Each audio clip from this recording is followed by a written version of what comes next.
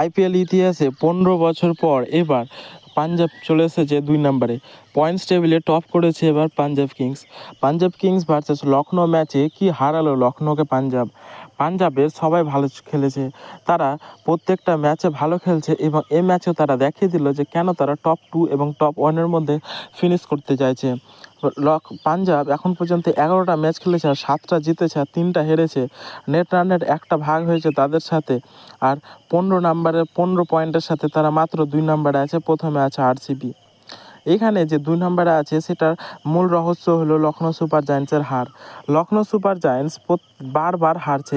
Lucknow super giants 5টা match খেলেছে, last 5টা ম্যাচের মধ্যে 4টা হেরে গেছে আর একটা ম্যাচ জিতেছে। 4টা হেরে গেছে তার একটাই কারণ হলো ঋষভ পান্তের না চলা।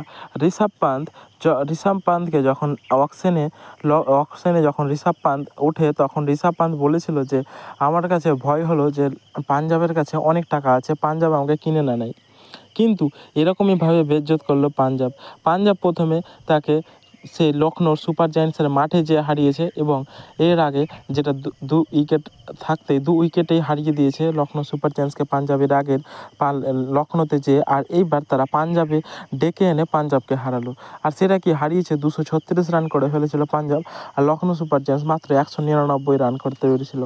আর এভাবে হারিয়ে দিল পাঞ্জাব লখনৌ সুপার জায়ান্টসকে। লখনৌ সুপার জায়ান্টসের যে মালিক রয়েছে গোয়েঙ্কা সাহ এখন পর্যন্ত ঋষভ পান্তের ওপরে চুপচাপ আছে, কারণ সে তার ইমেজ কভার করছে। এর আগে কেএল রাহুলের সাথে যে ইমেজটা খারাপ হয়েছিল গোয়েঙ্কা স্যারের, সেখান থেকে সে নিজের ইমেজটাকে ঠিক করার চেষ্টা করছে এবং ঋষভ পান্ত যখন বারবার ম্যাচ হারছে তখনই তবুও তার ওপর কোনো ভ্রুক্ষেপ নেই এবং কোনো ডিসিপ্লিনও নেই। ঋষভ পান্ত যেখানে 11টা ম্যাচে মাত্র 63 রান করেছে, সেটা কোনো অ্যাভারেজ হলো, যেখানে সেখানে আনক্যাপ প্লেয়ারগুলো ভালো খেলছে। প্রিয়াংশ আরিয়া, পশমিন্দর সিং এরা তো ভালো খেলছে, সেখানে 27 কোটি টাকা দিয়ে ঋষভ পান্তকে নেওয়ার কী দরকার ছিল গোয়েঙ্কা স্যারের? যদি শ্রেয়াস আয়ারকে নিত তাও কাজ করতো। অন্যদিকে শ্রেয়াস আয়ার একদম ধাসু খেলছে, আর এই ম্যাচেও সে ভালো খেলেছে। ঋষভ পান্ত এই ম্যাচেও একদম স্ট্রাইক রেট লোয়ে ছিল এবং ঋষভ পান্ত এবারও খারাপ খেলেছে। ঋষভ পান্ত খারাপ খেলেছে, তার এটা একটাই কারণ হলো না তার ক্যাপ্টেন্সি ঠিকঠাক চলছে, না সে রান করতে পারছে, সে শুধু কথা বা হাওয়াবাজি দিচ্ছে। এবার পাঞ্জাব সুপার কিংস প্রথমে ব্যাট করেছিল এবং ব্যাট করতে এসে তারা একদম ধুনে দেয়। পুষ্মিন্দর সিং মাত্র 48 বলে 91 রান করে 6টা 4 7টা 4-এর সাহায্যে 6টা 4 আর 7টা ছক্কার সাহায্যে 189 এর স্ট্রাইক রেট। জশ ইংলিশ এসেও একদম ধাসু খেলে 14 বলে 30 রান। আর শ্রেয়াস আয়ার 25 বলে 45 রান করে 2টা ছক্কা 4টা 4-এর সাহায্যে। নেহাল ওয়াদেরা 9 বলে 16 রান, আর শশাঙ্ক সিং 15 বলে 33, আর মার্কাস স্টোনিস 5 বলে 15। এরই বাদে হলো 236 রান করে ফেলে পাঞ্জাব সুপার কিংস। কিন্তু পাঞ্জাব সুপার কিংস 236 রান করে ফেলেছিল পাঞ্জাবের মধ্যে, সেখানে লখনৌ সুপার জায়ান্টসকে এটা জিততে হলে তাদেরকে ভালো করে খেলতে হতো, কিন্তু তাদের প্রথম থেকে উইকেট পড়তে থাকে।